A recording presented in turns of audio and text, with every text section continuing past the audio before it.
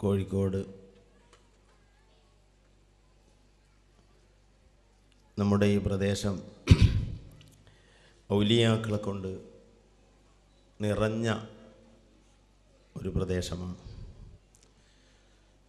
സ്വഹാബത്ത് കാലുകുത്തിയ നാട്. അക്കാലം മുതലേയുള്ള വലിയ ബർക്കത്താക്കപ്പെട്ട പള്ളികൾ, പ്രത്യേകിച്ച് നമ്മുടെ ഈ പള്ളി ബഹുമാനപ്പെട്ട ഒരു കാലത്ത് ഖുതുബായിരുന്ന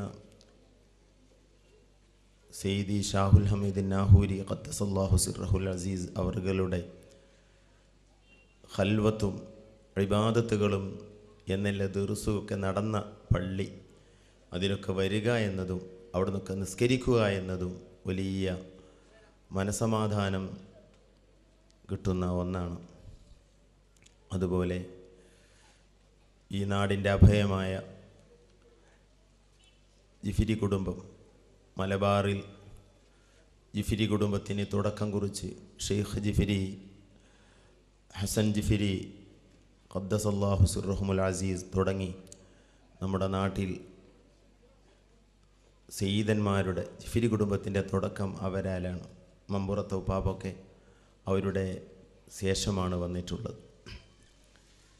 അതുപോലെ ബഹുമാനപ്പെട്ട മുഹമ്മദുൽ ഹിമ്മസി മാമുക്കോയ പാപ്പ, അതുപോലെ ബഹുമാനപ്പെട്ട ഷാദിലി തങ്ങൾ, ബദവി ഷഹീദ്, പുതിയറ സുലൈമാൻ മുസ്ലിയാർ, അതുപോലെ നമ്മുടെ കുഞ്ഞഹമ്മദ് മുസ്ലിയാർ, ഇങ്ങനെ വലിയ വലിയ മഹാന്മാർ, അതുപോലെ സ്വഹാബികൾ വരെ കടക്കുന്ന ഈ ബർക്കത്താക്കപ്പെട്ട സ്ഥലത്ത് ഇങ്ങനെ ഒരു സദസ്സ് ഒരുമിച്ച് കൂടാനും അതിൽ എഴുന്നേറ്റ് നിൽക്കാൻ തൗഫീക്ക് നൽകിയ അള്ളാഹു ഞാൻ സ്തുതിക്കുകയാണ്. അൽഹംദുലില്ലാ.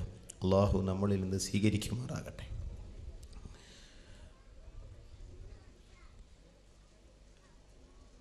ബഹുമാനപ്പെട്ട ജിഫിരി കുടുംബത്തിലെ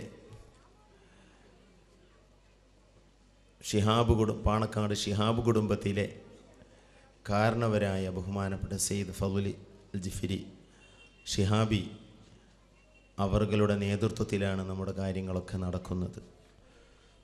എല്ലാ വിഷയത്തിനും സ്വാഗത പ്രാസംഗികൻ പറഞ്ഞ പോലെ നമുക്ക് താങ്ങും തണലും മനസമാധാനവുമാണ് അവർ.